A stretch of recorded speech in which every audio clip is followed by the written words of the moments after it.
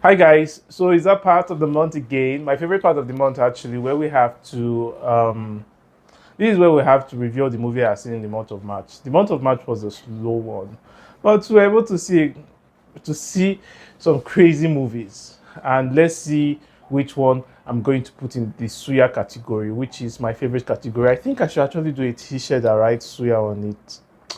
Let's see how that goes. So, without further ado, let's go on the movie review. And as always, we're going to categorize them into highly recommended, meat, and suya. So let's just go. The first on the list is Richa. Well, um, without mind see what I'm going to put the Richa in the highly recommended category just because there's no other category between me than highly recommended. Richa is not a bad TV show, but I feel like a lot of it is just cliche. The season three of it was not particularly a bad one because I felt like the highlight for me was seeing as Richard, the character Alan.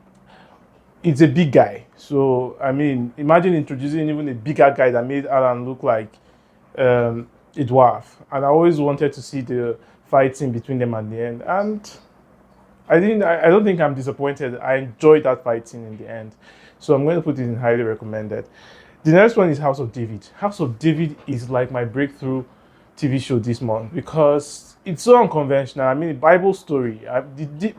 Ordinarily, I would shy away from watching Bible story because they all look so cliche. But this one is really nice. I like what they did with it, and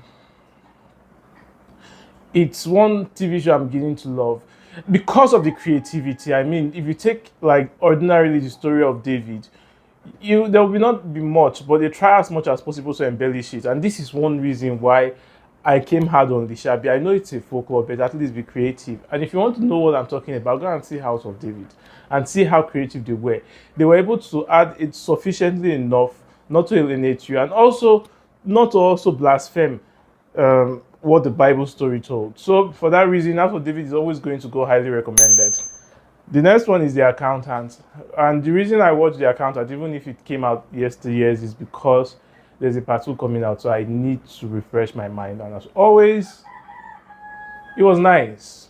It was a very interesting movie to watch, and it's highly recommended also for those of you who have not seen The Accountant before. The next one is Love in Every Word. Wow. I think Love in Every Word was the boss for the month. It's like you're living under a rock if you've not seen Love in Every Word in 2025. Was it that good? No. Was it something that I enjoyed? Yes. But I know this might come as shocking, but for the sake of my conscience, I cannot put it as highly recommended. But it was good. I enjoyed it because Bam Bam, what a Bam Bam. But so I'm going to put Love in Every Word as meat. I know you come for me. Please do. I can test it. I can take it. Then Beauty in Black, Tyler Perry's blue film. Beauty in Black is popular. Ordinarily, I felt like Tyler Perry's film is so cliche. Tyler Perry he's like the Nollywood producers, but in Hollywood. He likes to do everything himself. He likes to write, he likes to direct, and sometimes he likes to act. But I feel like Tyler Perry is stretching the bounds in everyone with the whole nudity and excessive nudity, I might add. I wanted to put it as trash, but then again, they had some like very good moments in it, and well, let's dash it mid. Yep. So the next one is Adolescence. Now, Adolescence is one very brilliant movie, and I'm not going to lie. What they did in Adolescence is something I've not seen in any movie before, or TV show for that matter.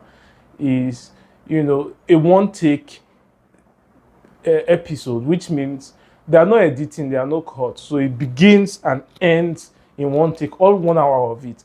And if you're into theater or into acting, you will know how incredibly difficult it is to achieve that. And even the cinematography was able to take full shots, was able to take wide shots, was able to also take close-up shots in one take, no editing. It was beautiful.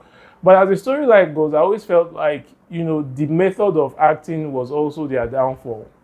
Like, it limited them from showing a lot of things. I know it's a lot of buzz in the UK right now because, well, they're trying to show it to the UK Prime Minister, they're trying to show it in schools, But movie wise, where would I place it?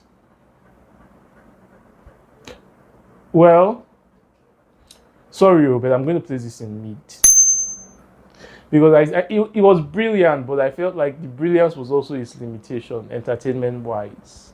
So that's just it. I'm sorry. I'm sorry because it's even hard for me to do this. So let's move on. All the Queen's Men. So just as I was so shocked by what went down in Beauty in Black, they referred all the Queen's Men to me, and I saw all the Queen's Men too. It was like the pro max of nudity from Beauty in Black, and the same old story. Like if you've seen, I feel like the story, the writing style are just so similar. The whole stories are also similar. Just the whole strip club settings with showing us people's ammo. Hmm. But it still had some little bit of suspense to it, so I'm still going to put that in mid category. Why is our Suya category empty this month? I surely we must find something to put in Suya. I don't like it. Well, let's go on.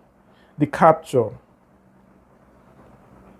The capture is a very good TV show that is actually the one that will actually make you question the stretch between artificial intelligence and reality.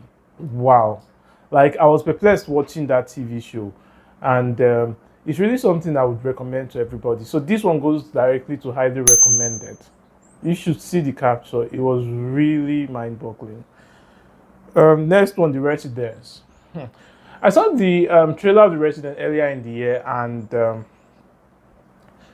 I personally have mad love for Uzo Aduba, and I also personally have mad love for Giancarlo Esposito, and I was really, really looking forward to seeing this one. I saw it, and seriously, I was disappointed because I can't. I went through all 8 episodes painstakingly through the.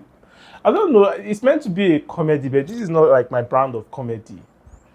And I know it's like a murder mystery, but at the end of the day, now after the 8 episode, please show us who killed the chief Ocha. But now you're still trying to want to bubble us to season 2 to go around the same. Ladies and gentlemen, we're having our first movies for the Suya category. So we're going to put the Resident in our Suya category. Was trash for me. I don't think I want to see something like that again. The 8th episode was more like torture for me. Let's move on. Gangs of London or more. Gang of London is one TV show I happen to like so much because these guys, they bring violence from the beginning. I don't know if you've ever seen a TV show where the violence starts from the very beginning of it. That's Gangs of London. And well, I think I'm going to make a separate video for Gangs of London. And there's no iota of doubt that this goes to highly recommended. Gang of London is amazing. Then the next one, House of Gucci. House of Gucci is one movie that reveals a lot, especially about the things that we thought we know, but we don't know, or we do not have any idea. And this movie, if you're going to watch it from a critical mind, is going to question your sense of morality, who you choose to support.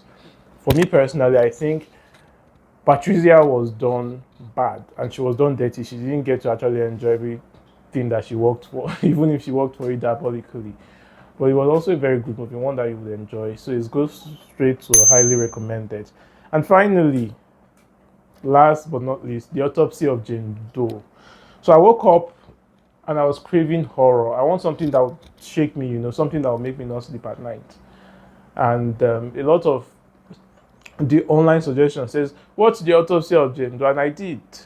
Did it really scare me? Maybe just a little bit, but not much. It wasn't one that would make me not sleep at night.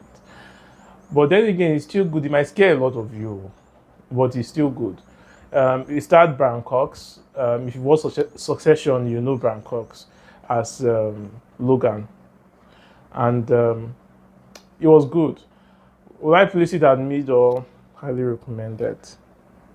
Well, I just want to leave this one to the viewers. I mean, Go and watch it and tell me if it scares you. So I'm not going to actually categorize this one. It's just something I made up on the go. I planned to categorize it, but I just couldn't. So I want you as the viewers to go and watch it and then help me categorize The Autopsy of Jane Doe if it's mid, highly category, or if you just use it to buy suya. So that's it for this month, and it was a very good month. At least just one trash. I think it's not bad after overall, but we move. See you later.